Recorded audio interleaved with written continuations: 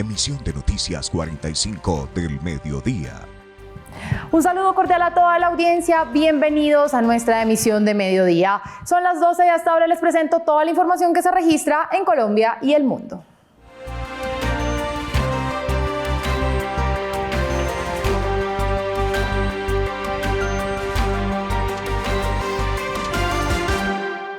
Ecuador vivió una jornada electoral que no sorprendió con los resultados, teniendo en cuenta que las encuestas antes de los comicios y los sondeos a pie de urna indicaban una diferencia de hasta 15 puntos porcentuales sobre el segundo candidato, y así fue. El candidato correísta Andrés Arauz ganó las elecciones presidenciales de este domingo, pero deberá disputar la segunda vuelta con quien quede en el segundo puesto. Con un 32.22% de los votos válidos, Ecuador escogió al candidato del correísmo como ganador de los comicios presidenciales, un economista de 36 años que siempre lideró las encuestas con las promesas de hacer pagos directos en efectivo por unos $1.000 millones a familias pobres y de negar las condiciones de un paquete de financiamiento del Fondo Monetario Internacional de unos $6.500 millones.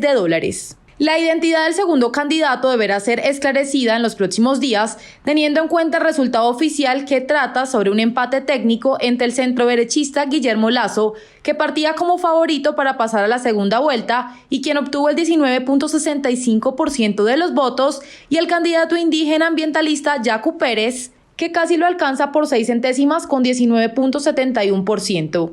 En el cuarto lugar queda posicionado Javier Hervás, de Izquierda Democrática, con el 16.01% de los votos. El gobierno de Haití capturó a un juez de la Corte de Casación Haití, máxima instancia judicial de ese país, a la inspectora general de la Policía Nacional y una veintena de personas para supuestamente evitar un golpe de Estado como el que se presentó en Birmania.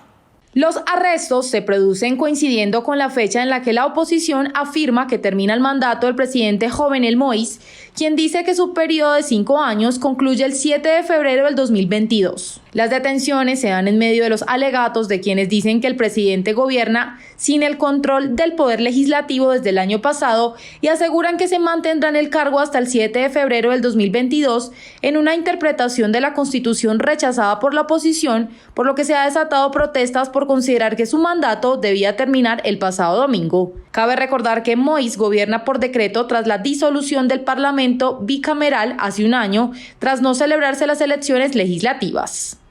Tras las manifestaciones que se han presentado en contra de los promulgadores del golpe de Estado en Birmania, fue declarada ley marcial este lunes en varias partes de Mandalay, la segunda ciudad más grande de ese país. Las órdenes cubren 7 municipios en Mandalay y prohíben que las personas protesten o se reúnan en grupos de más de 5, con el propósito de evitar nuevas manifestaciones por la detención de Suu Kyi y de decenas de otros miembros de su partido Liga Nacional por la Democracia, poniendo fin a una década de gobierno civil parcial y provocando la condena internacional. Por lo cual, fue decretado toque de queda que se extenderá desde las 8 de la noche hasta las 4 de la mañana, según dijo el Departamento de Administración General en un comunicado.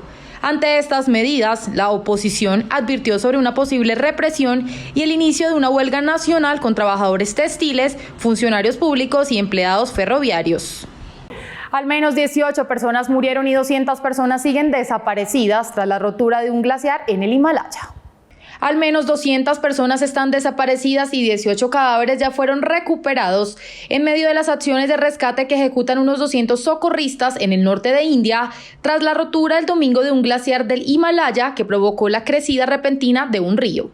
12 personas fueron socorridas el domingo en un túnel y al menos 25 seguían atrapadas en otro que fueron obstruidos por el torrente de agua, barro y piedras que desató la ruptura del glaciar. El torrente de agua arrasó el valle del río, destruyendo todo lo que se encontraba a su paso como carreteras y puentes.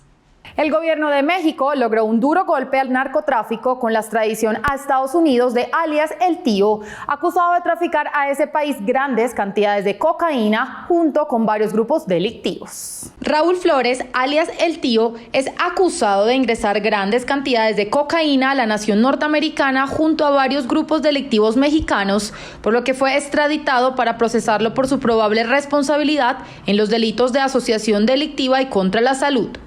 También se le acusa de mantener fuentes de suministro en Colombia y controlar las rutas de envío de México hacia los Estados Unidos. por lo que fue detenido en el año 2013 y 2 años después obtuvo su libertad y en 2017 fue recapturado nuevamente con fines de extradición después de que el Departamento del Tesoro de Estados Unidos lo acusara de utilizar más de 30 empresas para el lavado de dinero proveniente del narcotráfico y lo vinculó con el futbolista Rafael Márquez y el cantante Julián Álvarez, aunque ya fueron exonerados. Una fuerte ola de protestas se desataron en Chile por la muerte de un artista callejero abatido a tiros por un policía en la localidad de Panguipulli, en el sur de Chile. El hecho, que causó indignación entre cientos de ciudadanos, tiene que ver con la muerte de Francisco Martínez, un joven malabarista que el viernes fue abatido por al menos 4 disparos de un policía cuando se negó a entregar su identidad y comenzó una discusión en medio de la cual uno de los agentes le disparó a los pies en advertencia. El artista callejero se abalanzó contra este policía, que volvió a dispararle, provocándole la caída al suelo y posteriormente la muerte. Los manifestantes se enfrentaron con la policía con gases lacrimógenos y carros lanzaagua en incidentes que se extendieron hasta caída la noche y que desafiaron la restricción de reuniones masivas que existe en Chile por la pandemia del COVID-19. La muerte de Francisco Martínez provocó la furia de cientos de pobladores de Panguipulli, que incendiaron la municipalidad y otros edificios públicos en medio de las protestas que se desataron el viernes tras la muerte del joven y se extendieron por varias horas. Y esta es toda la información que tenemos para ustedes a esta hora del mediodía. Los invito a seguir conectados con toda la información aquí en Noticias 45.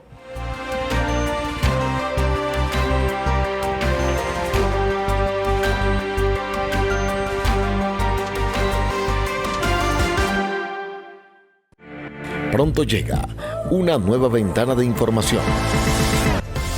Buenos días, me llamo Gregorio. Entretenimiento y de opinión. Puede almacenar en soporte digital. Un nuevo espacio donde tú tienes la palabra. Los pacientes contagiados se han recuperado. En 45 TV tendrás mucho más. 45 TV. Somos parte de ti. Future is now.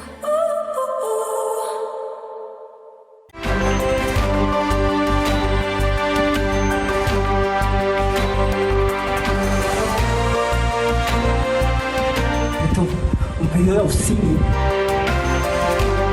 Es un derecho de los trabajadores. ¿Cuáles son las medidas de control que está tomando el gobierno? Incurrió en los delitos de contratos. Bogotá está hoy a un punto. Han resultado positivo para coronavirus el día de hoy.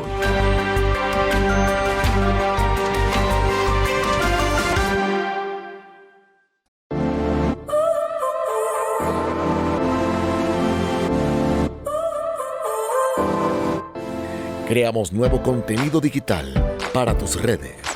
En 45 TV tendrás mucho más. The lights went out 'cause you kept cutting the cord, and I started to fade into your gray. See, I finally opened up my eyes, and I saw me coming back to life. That I'd be better without you inside. Día de Medellín desde el pasado 27 de enero para hacer frente a los efectos de la COVID-19.